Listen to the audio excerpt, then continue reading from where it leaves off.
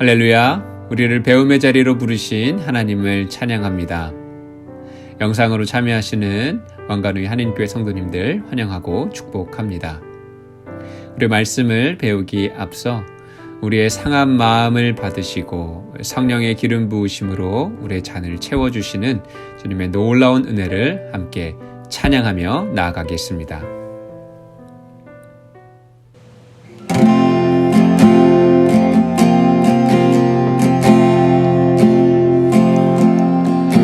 마음이 상한 자를 고치시는 주님, 하늘의 아버지 날 주관하소서. 주의 길로 인도하사 자유케 하소서. 새 일을 행하사 흔쾌 하소서. 의에 줄이고 목이 마르니 성령의 기름 부소서. 의에 줄이고 목이 마르니 내 잔을 채워주소서.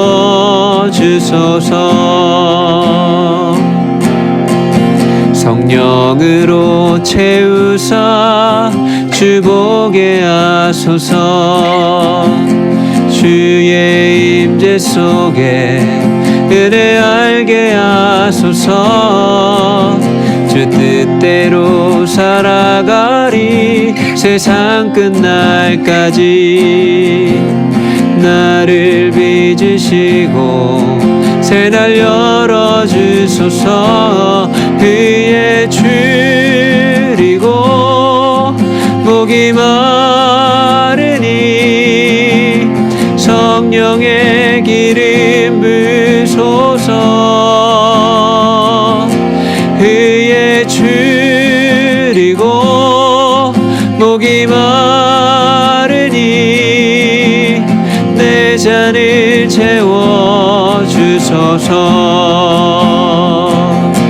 의에 줄이고 목이 마르니 성령의 기름 부소서.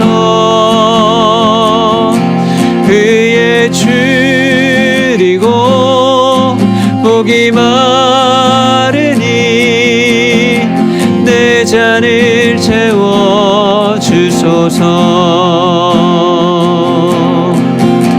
내 잔을 채워주소서.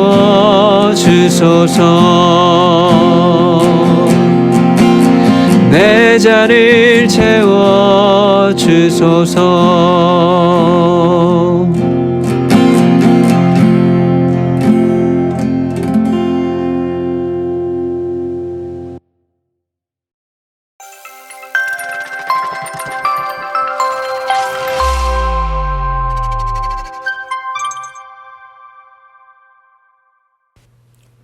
왕관의 한인교회 제자 양육 네 번째 시간입니다.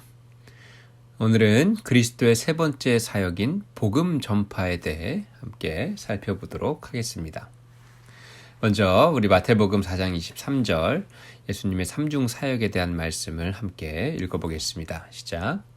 예수께서 온 갈릴리에 두루다니사 그들의 회당에서 가르치시며 천국 복음을 전파하시며 백성 중에 모든 병과 모든 약한 것을 고치시니. 아멘. Teaching, Preaching, Healing 세 가지 사역을 중심으로 보고 있는데요. 오늘은 그 사역의 마지막인 복음 전파에 대해서 함께 보겠습니다. 이 복음과 관련된 말씀 로마서 1장 16절 17절 말씀도 같이 읽어보겠습니다. 시작. 내가 복음을 부끄러워하지 아니하노니 이 복음은 모든 믿는 자에게 구원을 주시는 하나님의 능력이 됨이라. 먼저는 유대인에게요 그리고 헬라인에게로다. 복음에는 하나님의 의가 나타나서 믿음으로 믿음에 이르게 하나니 기록된 바 오직 의인은 믿음으로 말미암아 살리라 함과 같으니라. 로마서 1장 16절 17절 말씀. 아멘. 사도 바울이 고백합니다. 복음은 모든 믿는 자에게 구원을 주시는 하나님의 능력이다. 또 복음에는 하나님의 의가 나타나서 믿음으로 믿음에 이르게 한다. 그럼 이제 본격적으로 복음이 무엇인지에 대해 함께 보도록 하겠습니다. 복음, 한자로는 복복자와 소리, 음으로 구성되어 있죠. 복된 소식을 말합니다. 이 복된 소식을 성경적 배경을 통해 한번 살펴보자면 먼저 헬라어로는 유앙겔리온이라고 합니다. 혹시 일본 만화 중에 에반겔리온이라고 들어보셨는지 모르겠어요. 그게 바로 이 유앙겔리온, 복음이라는 뜻이고요. 이 유앙겔리온은 승리의 소식, 특별히 전쟁에서 승리했을 때 그 전령이 전해주는 승리의 소식을 유앙겔리온이라고 했습니다. 히브리어로는 빗사르라고 해서 구원의 소식, 곧 하나님의 구원의 소식을 선포하다라는 동사로 사용되었죠. 그래서 이 유앙겔리온이라는 단어, 또 빗사르라는 단어, 이것이 신약에서만 총 113회나 등장할 정도로 신약은 복음 중심적인 말씀이다 라고 할 수 있겠습니다. 복음은 충고나 설득이 아닌 선포입니다. 설교도 마찬가지죠. 설교도 설득이 아닌 선포다 말씀드렸는데 복음은 더더욱 그렇습니다. 복음은 어떤 윤리 규범도 아니고 이것을 듣고 감동을 받아 어떤 내면을 성찰하는 지혜의 어록도 아니고 정리되고 도식화된 조직신학도 아닙니다. 복음은 하나님께서 행하신 일에 대한 선포다. 여기서 중요한 것이 복음이란 우리가 무엇을 행하는 것이 아니라 우리를 위해 행해진 것에 대한 내용이다라는 것입니다. 우리가 할 수 있는 것은 그 복음에 믿음으로 반응하는 것밖에 없는 것이죠. 따라서 복음은 선포되어야 하는 것입니다. 그렇다면 이 복음의 내용은 어떤 것들이 있을까? 먼저는 구원에 대한 소식인데요. 데살로니가전서 1장 10절을 보면 하나님의 진노에서 받는 구원에 대해 설명을 합니다. 제가 한번 읽어볼게요. 또 죽은 자들 가운데서 다시 살리신 그의 아들이 하늘로부터 강림하실 것을 너희가 어떻게 기다리는지 말하니 이는 장래의 노하심에서 우리를 건지시는 예수시니라. 예수님께서 사복음서에서 거듭 말씀하신 것처럼 이 세상에는 종말이 올 것이고 그날은 심판의 날이라 말씀하십니다. 하나님의 진노가 임할 것이다. 그 진노를 통해 모든 악을 심판하실 것입니다. 그 장래의 노하심에서 우리를 건져주시는 분이 바로 예수 그리스도시고 그 구원의 소식이 복음이라는 것이죠. 또 다른 표현으로는 요한복음 5장 24절을 보면 좋겠는데요. 이렇게 말합니다. 내가 진실로 진실로 너희에게 이르노니 내 말을 듣고 또 나 보내신 이를 믿는 자는 영생을 얻었고 심판에 이르지 아니하나니 사망에서 생명으로 옮겼느니라. 여기서도 심판에 이르지 아니한다라는 말씀이 나오면서 사망에서 생명으로 옮겼다. 죽어야 될 우리이지만 하나님께서 예수 그리스도로 말미암아 우리에게 생명, 곧 영원한 생명을 주셨기에 우리가 그것을 구원이라 말하는 것이죠. 이외에도 세상의 고통, 질병, 가난, 차별, 자연재해, 전쟁, 노화, 죽음으로 가득한 죄된 세상 속에서 우리는 구원이 필요한 존재입니다. 복음은 그 모든 구원이 예수 그리스도 안에서 주어진다라고 말합니다. 두 번째, 복음의 아주 중요한 내용은요, 관계의 변화에 대한 소식입니다. 하나님과의 관계의 변화를 말하는데요. 복음은 문제에 대한 해법을 우리에게 제시합니다. 그러나 모든 인간의 깊은 문제를 해결한 다음에 그렇게 하는데요. 그 깊은 문제란 바로 인간과 창조주의 관계라는 것입니다. J.I. 패커의 말입니다. 죄로 인해 멀어진 하나님과의 관계를 예수 그리스도께서 화목제물이 되심으로 회복한 것이죠. 그래서 우리는 하나님을 아버지라 부를 수 있게 되는 것입니다.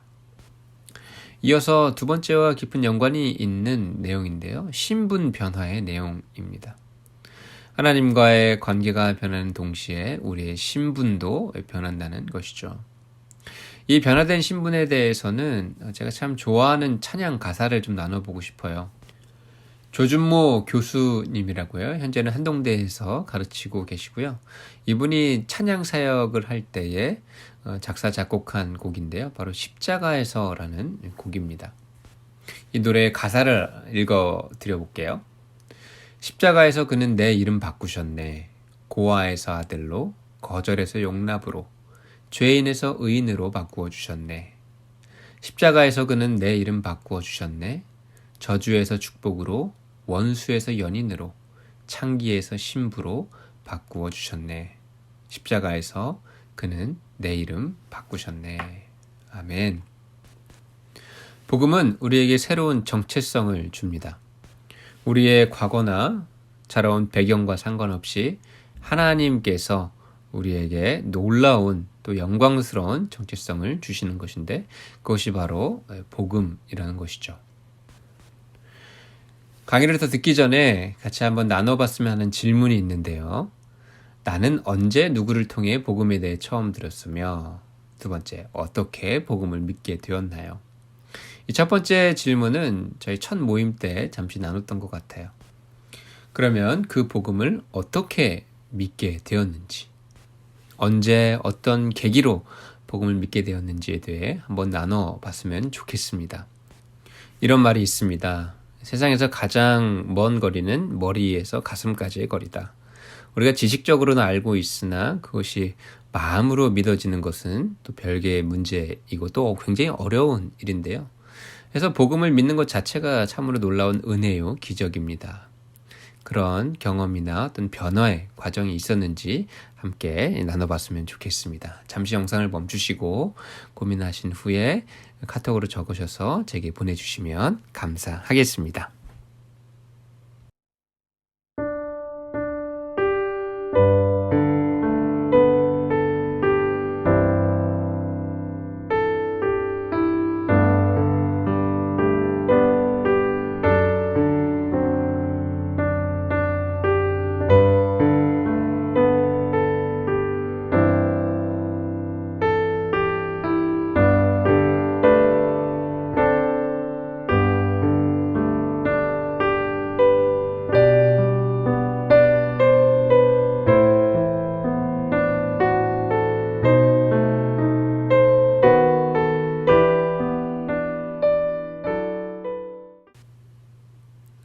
나눠주셔서 감사합니다.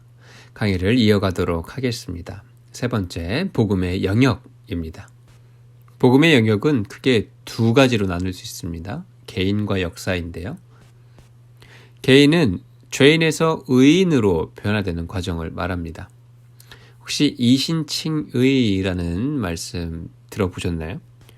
이 말은 믿음으로 말미암아 의롭다 칭함을 받는 것입니다. 구약적 사고관에 의하면 우리는 오직 율법을 온전히 지킴으로 의롭다함을 인정받습니다. 그러나 구약 곳곳에서 하나님께서 인정하시는 의인이 없음을 수차례 밝히셨는데요. 그 이유는 사람의 마음이 악하고 율법을 온전히 지키지 못했기 때문입니다. 그래서 하나님께서 우리에게 새로운 길을 주셨는데 그것은 바로 믿음을 통해 의롭다함을 인정받는 것이죠. 사실 이것은 새로운 길이라기보다는 우리의 믿음의 조상인 아브라함이 보여준 길이었습니다. 하나님께서 아브라함이 믿으니 그를 의롭다 인정하셨던 기록이 있죠. 그래서 우리는 죄인에서 의인으로 변화되는 과정이 복음의 개인적인 영역이라 말하고요. 역사적인 영역으로서는 이 세상의 시작, 그리고 문제, 그리고 회복의 길을 이 복음이 다루고 있다는 것입니다. 여러분이 들으신 복음이 어떤 주제, 내용들로 구성되어 있는지 저는 잘 모르겠지만 복음의 기초적인 뼈대는 네 가지입니다. 첫 번째는 우리가 어디에서 왔는가, 두 번째는 무엇이 잘못되었는가, 세 번째는 어떻게 문제를 해결할 수 있는가, 네 번째, 나는 앞으로 어떻게 살아야 되는가. 이 네 가지 뼈대를 좀 더 살펴보면 우리의 시작, 우리는 어디에서 왔는가? 우리는 하나님의 피조물이죠. 그리고 하나님과 온전한 관계를 이루기 위해 하나님의 형상대로 지음받은 아주 특별한 존재였습니다. 하지만 죄와 불순종으로 인해서 그 관계가 깨어지게 되었죠. 우리의 인생은 축복의 인생이 아니라 저주의 인생으로 전락했습니다. 이 죄의 문제를 해결하기 위해서 하나님께서 육신의 몸으로 우리에게 오셨는데요. 그분이 바로 예수 그리스도이십니다. 그분은 성령으로 잉태되어 우리와 같은 인간의 몸을 입으셨지만 죄는 없으신 분이셨습니다.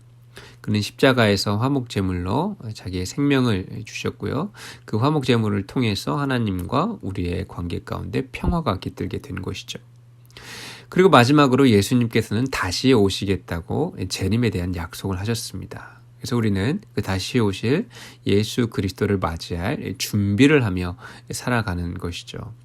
이것이 복음의 네 가지 뼈대입니다. 그래서 복음은 우리의 죄인됨의 현실과 또 오직 은혜와 믿음으로 의롭다 칭함을 받는 영적인 현실을 가르쳐 주고요. 또한 우리가 살고 있는 이 모든 세계의 시작과 끝을 밝히 보여줍니다. 그 안에서 우리가 마땅히 믿어야 할 바와 기다리고 준비해야 될 바, 행하고 말해야 될 바를 또한 가르쳐 주는 것이 바로 복음이죠. 해서 복음은 기독교의 정수이자 사실 전부입니다. 복음이 없다면 기독교는 더 이상 기독교라 부를 수 없겠죠. 창조부터 구원 그리고 재림까지 그 모든 것이 하나님의 복된 소식이고 그 하나님의 모든 계획과 섭리 속에서 하나님의 열심으로 이루어진 내용들입니다. 그래서 우리는 복음을 바로 믿어야 되겠고 복음의 능력을 늘 의지해야겠으며 그 복음을 전파해야겠습니다. 그런데 이 복음이 위기에 처해 있습니다. 복음이 복음으로서의 기능과 역할을 감당하지 못하는 그런 형편에 처해 있는데요. 왜 그런가 살펴보면 오늘날의 복음의 위치와 구원관이 참 잘못되었기 때문입니다. 아더 핑크라는 신학자의 구원 신앙이라는 책에 보면 이런 점을 지적을 합니다. 오늘날 교회에는 죄를 엄히 다스리는 복음이 없다. 복음에 대한 진정한 반응, 곧 회개가 없다. 그리스도를 주님과 구원자로 영접하지 않는다. 해서 복음이 너무나 값싼 은혜, 쉬운 구원으로 전락해버린 것이죠. 또 굉장히 보수적인 복음주의 진영에서 유명한 폴 워셔 목사님은 복음이 오늘날 축소되었다라고 말합니다. 회개하지 않는 사람들의 마음은 더욱 강팍해지고 입으로는 하나님을 안다고 말하지만 행위로는 부인하는 세속적인 사람들이 늘어가고 있다. 복음의 본질은 잃어버리고 문화적 흐름에 따라 기발한 마케팅 전략을 구축한다. 이로써 하나님의 이름은 욕되게 하며 교회 공동체를 파괴한다 말하고 있습니다. 메가더 목사님은 이 땅의 많은 교회들이 복음을 부끄러워한다. 해서 복음을 어떤 피상적인 것으로 만들어버리고 또 치장지향적인 접근법으로 사람들을 교회로 이끌려고 한다라고 합니다. 복음이 이렇게 값싼 은혜, 축소된 복음, 또 부끄러운 복음으로 전락한 이유는 세상의 많은 흐름 중에서도 다원주의라는 그런 아주 악한 사상이 있기 때문입니다. 다원주의에서는 절대적인 진리가 없습니다. 모든 것이 상대적이죠. 이와 같은 상대주의적인 사회 속에서 죄를 말하는 것이 참 쉽지 않습니다. 회중들은 강단에서 당신은 죄인입니다 라는 질책을 듣고 싶어 하지 않습니다. 우리가 감추고 있는 죄가 드러나는 것을 극히 꺼려합니다. 그래서 소위 잘 나가는 교회들, 사람들이 많이 모이는 교회들을 보면 복음을 이야기할 때 죄에 대해서 말하지 않습니다. 오직 복음을 통해 우리에게 주어진 은혜와 형통에 대해서 말하죠. 예를 들면 긍정의 힘이라는 책 아실 겁니다. 한국에서도 100만 부 이상 팔린 베스트셀러 중에 하나인데요. 그 책의 저자인 조엘 오스틴 목사님 교회는 스타디움에서 예배를 드립니다. 수만 명의 사람들이 주일마다 모이죠. 그런데 그의 설교에는 죄가 빠져 있습니다. 회개가 없습니다. 오직 형통하고 잘 되는 이야기밖에 없죠. 이것이 오늘날 복음의 위치이고 또 복음이 겪고 있는 위기라 볼 수 있습니다. 이 복음의 능력을 감소시키는 아주 위험한 요소들이 있는데요. 종교와 비종교, 율법주의와 율법 폐기주의, 도덕주의와 실용주의 등이 있습니다. 이 모두는 사실 다 같은 말입니다. 율법주의와 율법 폐기주의를 중심으로 보면 되겠는데요. 율법주의란 구원을 받으려면 반드시 거룩하고 선한 삶을 살아야 된다. 곧 선한 행위로 구원을 받는다라는 것이고, 율법 폐기주의는 우리가 이미 구원을 받았기 때문에 우리의 삶은 구원에 전혀 영향을 미치지 못한다. 고로 우리는 선한 삶을 살지 않아도 된다. 여러분, 그 구원파라고 들어보셨죠? 구원파가 이 율법 폐기주의를 주창을 하는 것이죠. 예수 그리스도를 믿는 그 순간부터 우리는 이미 구원을 받았기 때문에 그 이후에 우리의 언행은 구원을 결정짓는데 그 어떤 영향을 끼치지 못한다라는 것입니다. 여러분, 이 둘 중에 어느 쪽이 옳을까요? 선한 행위로 구원을 받는 걸까요? 아니면 오직 믿음으로 구원을 받는 것일까요? 우리는 이 질문에 대해 균형 있고 또 성경적인 대답을 할 수 있어야 됩니다. 마틴 루터가 아주 멋진 말을 우리에게 남겨줬는데요. 이렇게 말합니다. 우리가 믿음만으로 구원받지만 단지 믿음만 남는 믿음으로 구원받는 것은 아니다. 우리가 믿음만으로 구원을 받습니다. 오직 믿음으로 솔라 피데라고 하는 종교개혁의 표제가 있죠. 하지만 단지 믿음만 남는 믿음으로 구원받는 것은 아니다. 야고보 사도가 행함이 없는 믿음은 죽은 믿음이라 말했죠. 참된 믿음은 필연적으로 선행에 이르게 됩니다. 그러나 결코 구원은 선행을 통해서나 선행 때문에 얻어지는 것은 아닙니다. 그래서 이 순서를 혼동해서도 안 되고 이 둘의 관계를 분리해서도 안 된다라는 것입니다. 마틴 로이드 존스라는 영국의 목사님이 계신데요. 이 목사님의 일화를 한번 설명을 드려볼게요. 이 목사님이 많은 사람들을 이제 영적으로 상담하기 위해 만났다고 합니다. 근데 그 만난 사람의 영적 상태를 진단하기 위해 이 질문을 했다고 해요. 당신은 그리스도인입니까? 이 질문을 받은 대부분의 사람들이 머뭇거리면서 아직은 충분하지 않다고 대답했다고 해요. 아직도 그리스도인이 되려면 자신이 더 나은 사람이 되어야 한다고 생각하고 있었던 것이죠. 이에 마틴 로이드 존스 목사님의 대답을 한번 들어보시죠. 그렇게 대답하는 것은 겸손해 보이기는 하지만 그것은 악마의 거짓말이며 믿음을 부인하는 것이다. 당신은 결코 충분히 선한 사람이 되지 못할 것이다. 이제껏 그런 사람은 아무도 없었다. 기독교의 구원의 핵심은 주님만이 충분히 선하시며 나는 그분 안에 있음을 고백하는 것이다. 복음은 오직 믿음으로 얻어집니다. 그리고 그 믿음은 선행이라는 열매를 맺는 것이죠. 그런데 우리의 본성은 이 믿음으로 얻는 구원을 거부합니다. 그 이유는 인간의 마음에 형성되어 있는 기본적인 틀 때문인데요. 바로 공로와 의의 틀입니다. 이 틀은 우리의 공로가 의의 기본 조건이 된다는 것이죠. 다시 말해 내가 바른 삶을 살아야 예수님이 날 받아주시는 거야. 예수님이 날 받아주신 이유는 내가 바른 삶을 살고 있기 때문이야 라는 이런 신념 위에 세워진 틀입니다. 이 공로와 의의 틀이 맺는 열매들은 굉장히 파괴적입니다. 자기만족, 불안, 짜증, 자기혐오, 우월감, 우울감, 그리고 신앙적 괴리감을 불러옵니다. 머리로는 복음의 교리를 믿지만 실제로는 자신의 윤리적, 교리적 선을 믿게 되면 우리는 영적으로 천천히 죽어가는 것이죠. 다음에 표를 보시면 종교와 복음을 비교해 봤습니다.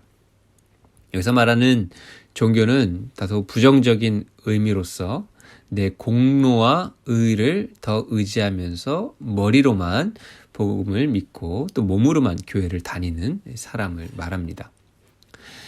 이들의 순종의 논리는요, 종교는 나는 순종한다, 그러므로 용납받는다 입니다. 내 순종이 하나님의 용납을 불러오는 것이죠. 반면 복음은 어떻습니까? 반대예요.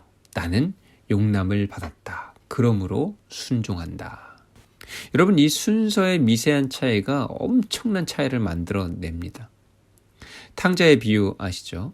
여기서 말하는 종교는 첫째 아들을 의미합니다. 나는 순종했습니다. 그러므로 나에게 마땅한 잔치들을 베풀어 주셨어야 되는데 아버지는 베풀어 주지 않으셨습니다. 분노하고 화를 내죠. 원망합니다. 반면 복음은 어떻습니까? 나는 용납받았습니다. 그러므로 순종합니다. 나는 용납받을 만한 자격조차 없지만 용납해 주셨습니다. 감사함으로 나는 이 집의 아들이 아니라 종으로 살겠습니다. 라고 말하는 것입니다. 이게 복음입니다. 두 번째, 순종의 동기입니다.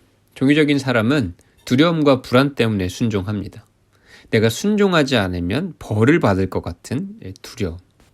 아마 신앙생활 하시면서 이런 감정을 느껴보신 적은 있을 거예요. 뭔가 하나님의 뜻대로 하지 않았을 때 벌을 받을 것 같은 두려움.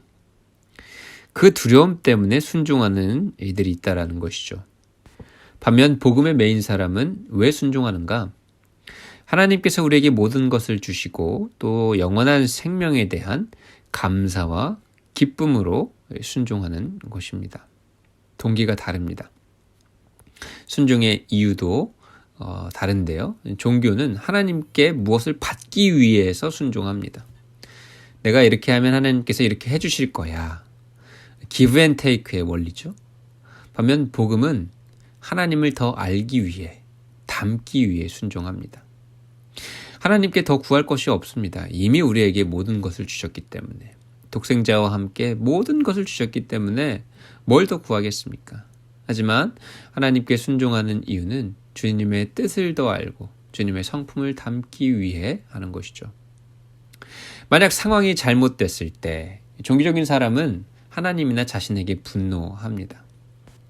광야에서 40년 유랑했던 이스라엘 백성들을 보십시오. 물이 없거나 고기가 없을 때, 적들이 쫓아올 때 그들이 어떻게 합니까? 하나님에게 분노합니다. 그리고 그들을 이끌었던 모세와 아론을 원망하죠. 그러나 복음의 메인 사람은 상황이 잘못됐을 때 그것이 하나님의 훈련이라 생각하고 그 시련 속에서 하나님의 뜻과 사랑을 찾습니다. 우리가 살면서 비난당할 때가 있죠. 종교적인 사람은 그렇게 비난을 당할 때 격노하거나 무너지게 됩니다. 왜 그런가? 좋은 사람이라는 자아상이 너무나 중요하기 때문입니다. 그것이 금이 가거나 깨지게 되면 쉽게 절망하게 되는 거죠. 하지만 복음의 메인 사람은 그 비난을 당할 때 그것과 씨름합니다. 내적인 씨름을 말하는데요. 이 사람에게는 좋은 사람으로 보이는 것이 필수적이지 않아요. 자신의 정체성은 어떤 공로나 사람들의 평가에 있지 않기 때문입니다. 하나님 안에 있기 때문이에요. 하지만 인간인지라 그것을 소화하기 위해선 시간이 필요하죠. 씨름하는 시간이 필요합니다. 그러나 긍정적인 것은 이렇게 내면에서 씨름함으로 더욱 성숙하고 지혜로운 사람으로 거듭나는 것입니다. 종교적인 사람들의 기도를 보면 그들의 기도는 거의 간구로 구성되어 있으며 무언가 필요가 생길 때 아주 열심히 기도를 합니다. 이들의 기도의 목적은요, 상황을 통제하는 것입니다. 내 손으로 내 뜻대로 통제하고 싶은 것이죠. 반면 복음의 메인 사람의 기도는 찬양과 경배로 구성되어 있습니다. 그리고 기도의 목적이 참 다른데요. 하나님과 교제하는 것이, 하나님과 대화하고 하나님의 얼굴빛을 보고 내 마음을 털어놓는 것, 이것이 기도의 목적입니다. 자아상은 어떨까요? 종교적인 사람은요, 양극단으로 오갑니다. 내가 내 기준에 맞춰 잘 살고 있다면 자신감을 가져요. 아주 그 자신감이 하늘을 찌릅니다. 그러나 그렇지 못하면 실족하고 상실하죠. 복음의 메인 사람은 그리스도의 사랑에 의해 아는 소리 대신에 더 깊은 겸손을, 내세우는 태도 대신에 더 깊은 자신감을 갖게 됩니다. 오직 예수 그리스도의 사랑 안에 뿌리 내리고 그 터가 굳어져서 그 어떤 환경적이고 또 상황적인 요인에 의해서 흔들리거나 깨지지 않는 자아상을 갖고 있는 것이죠. 정체성과 자존감은 어떤가? 종교적인 사람은 내가 얼마나 열심히 사느냐, 얼마나 규범적이냐에 따라서 자존감이 올라가기도 하고 내려가기도 합니다. 그리고 게으르거나 규범적이지 않은 사람을 보면 무시하게 돼요. 자기의에 가득 찬 사람들이죠. 반면 복음의 메인 사람들은 나를 포함한 원수들을 위해 죽으신 예수님, 그 예수님 위에 정체성과 자존감이 근거합니다. 그래서 나와 다른 견해와 삶의 방식을 가진 사람을 결코 무시하지 않습니다. 마지막으로 종교적인 사람들의 마음에는 우상들로 가득합니다. 그리고 그 우상들을 절대화하는 경향이 있으며 어처구니 없는 것은 하나님께서 그것들을 주시는 분이라고 믿죠. 하지만 복음의 메인 사람들은 이렇게 생각합니다. 삶에 많은 좋은 것들이 있지만 그 어떤 것도 나에게 절대적이거나 궁극적인 것이 되지 않는다. 오직 하나님만이 우리의 공급자이시다. 인도자이시며 목자이시다. 라고 고백합니다. 그래서 좋은 것들이 위협을 받거나 상실될 때 그에 따른 불안과 분노, 절망에는 제한이 있습니다. 없다는 것은 아닙니다. 제한이 있다라는 것이죠. 이 표를 보면 참 우리의 신앙의 현 주소를 확인할 수 있습니다. 그리고 우리의 상태를 진단할 수 있는데요. 우리가 정말 종교적으로 예수님을 믿고 있는지 아니면 복음의 능력으로 예수님을 믿고 있는지 한번 돌아볼 수 있게 되기를 바랍니다. 신앙생활을 하면서 가장 안타까운 것은 우리가 복음의 영향력으로부터 멀어지는 것입니다. 복음은 끊임없이 사람을 변화시킵니다. 끊임없이 성장과 성숙을 이뤄냅니다. upside down, inside out, forward and back. 복음은 우리를 전 인격적으로 변화시키는 능력을 가지고 있습니다. upside down이라 함은 위에서 아래로 임하는 하늘의 지혜와 힘을 의지하는 인생을 말하고요.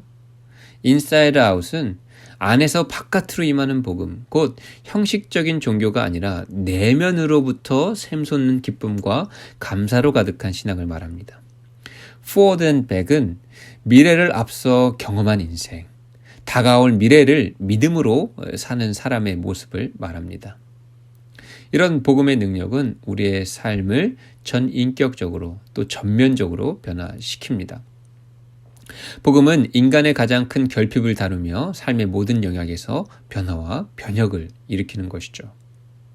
낭만과 우울, 사랑과 인간관계, 성, 가정, 자기관리, 인종과 문화, 전도, 인간의 권위, 죄책감과 자아상, 기쁨, 다른 계층의 태도, 전면적으로 영향을 미치는 것이 바로 이 복음입니다. 신앙생활을 하면서 이 복음의 영향력과 무관한 삶을 산다는 것, 그것만큼 안타까운 일이 없습니다. 우리를 끊임없이 성장시키고 성숙시키는 이 복음의 능력을 매일 경험하지 못한다면 우리의 신앙은 도태될 것이고 정체될 것이며 고인물이 되어 결국은 썩게 될 것입니다. 그래서 우리는 매일같이 내가 복음 위에 서 있는지, 내 안에 복음의 능력이 역사하고 있는지, 그리고 그 복음으로 말미암아 변화되고 있는지 살펴봐야 합니다. 이를 확인하기 위한 지표들이 있는데요. 복음으로 인해 생겨나는 변화들을 확인할 수 있는 그런 지표들입니다. 먼저는 교회에 있는 명목상 그리스도인들, 곧 교회는 다니지만 복음의 능력을 경험하지 못했던 사람들이 회심하게 됩니다. 복음을 실제 믿게 되는 것이죠. 비그리스도인들의 회심, 내 주변에 있는 비그리스도인들이 내 안에 있는 복음의 능력으로 인해 예수님을 믿게 됩니다. 또 우리가 드리는 예배의 활기가 보이고요. 성경에 대한 관심이 많아집니다. 하나님의 말씀을 알고 싶은 거죠. 하나님 말씀 속에 드러난 하나님의 성품을 더 배우고 싶어지는 것입니다. 그리고 관계의 회복이 있습니다. 복음은 곧 우리를 향한 하나님의 사랑을 의미합니다. 그 사랑에는 용서라는 요소가 들어가 있죠. 우리의 관계가 깨어지고 어려운 이유는 사랑하지 못하기 때문이고 용서하지 못하기 때문일 것입니다. 그러나 하나님의 복음이 우리 안에 깊게 자리할 때 그 사랑과 용서로 우리도 우리 이웃을 사랑하고 용서할 수 있게 됩니다. 또 한 가지 우리의 관계를 해치는 아주 결정적인 요인 중에 하나가 내 안에 있는 가면입니다. 그 가면은 사람을 기만하죠. 본연의 모습을 드러내지 않습니다. 유능하고 의로운 자기 이미지를 고수하게 됩니다. 그렇게 되면 진정한 나눔, 진정한 고백, 진정한 공동체는 이루어지지 않습니다. 그냥 표면적인 관계만 형성되는 것이죠. 하지만 복음은 우리 안에 있는 가면을 완전히 벗겨버립니다. 그리고 있는 모습 그대로 하나님께 나아가고 또 이웃에게도 나아갈 수 있도록 도와주죠. 이어서 6번째 지표는 성품이 변화된다는 것입니다. 더욱 겸손하고 온유하며 사랑받는 존재로 변화되어지죠. 사실 이것이 성령의 열매라고 사도 바울은 갈라디아서 5장에서 기록을 했습니다. 우리 안에 성령께서 임재하시고 역사하신다면 성품의 변화가 반드시 일어난다는 뜻이죠. 이러한 변화로 말미암아 교회는 성장하게 됩니다. 그렇게 성장한 교회는 사회 정의에 참여하고 공의를 실현하기 위해 애쓰게 됩니다. 그렇다면 마지막으로 이 복음을 전하는 방법은 무엇인가? 복음은 문화의 옷을 입고 전해진다라고 합니다. 복음이라는 알맹이, 그 생명은 핵심은 변하지 않습니다. 하지만 그 복음이 입고 있는 옷은 문화와 시대에 따라 달라질 수 있는 것이죠. 더불어 복음은 다면적인 구원과 승리를 선포하고 있기 때문에 상황과 사람에 따라 다르게 전해질 수가 있는 것입니다. 그 방법을 모색하는 것이 우리에게 주어진 과제겠지요. 하나님께서 우리에게 주신 재능을 통해서도 복음의 아름다움을 선포할 수 있고요. 또 한류 문화라는 것들을 사용하여서 복음을 증거할 수 있을 것입니다. 이제 강의를 마무리하기 원하는데요. 아까 언급했던 우리 폴 워셔 목사님이 복음을 어떻게 보고 있는지 그의 복음에 대한 설명을 함께 읽고 마무리하겠습니다. 읽겠습니다. 시작. 복음은 교회와 그리스도인에게 허락된 가장 귀한 보물이며 모든 진리 위에 뛰어난 최고의 진리이자 구원을 주시는 하나님의 능력이다. 사랑하는 여러분, 이 복음의 능력으로 말미암아 오늘도 여러분의 속사람이 강건해지고 새로워지며 예수 그리스도의 장성한 분량에 이르기까지 성장할 수 있게 되기를 바랍니다. 더불어 여러분 안에 살아 역사하는 복음으로 말미암아 여러분의 가정과 또 여러분이 속한 모든 공동체에 하나님의 평강이 함께 하시기를 주님의 이름으로 축원합니다. 그럼 제가 기도하겠습니다. 사랑의 하나님, 오늘 제자 양육을 통해 복음의 능력과 의미에 대해 함께 보았습니다. 주님, 우리가 복음 위에 서기를 원합니다. 복음이 우리 안에서 활발히 역사하여서 복음에 붙들린 인생 살기를 원합니다. 복음의 능력으로 살아가기를 원합니다. 복음의 능력으로 성장하며 또 새롭게 함을 받기를 원합니다. 주님 말씀을 듣고 기도하는 주님의 백성들, 주님의 자녀들에게 이 놀라운 복음의 능력을 경험케 하여 주시옵소서. 복음은 모든 믿는 자에게 구원을 베푸신 하나님의 능력이라 말씀하셨습니다. 이 복음을 믿음으로 살아가는 저희 되게 하여 주시고 복음을 믿으며 앞으로 전진할 때에 제자들이 경험했던 놀라운 기적들 또한 우리가 경험할 수 있도록 은혜 베풀어 주시옵소서. 감사하며 예수 그리스도의 거룩하신 이름으로 기도합니다. 아멘.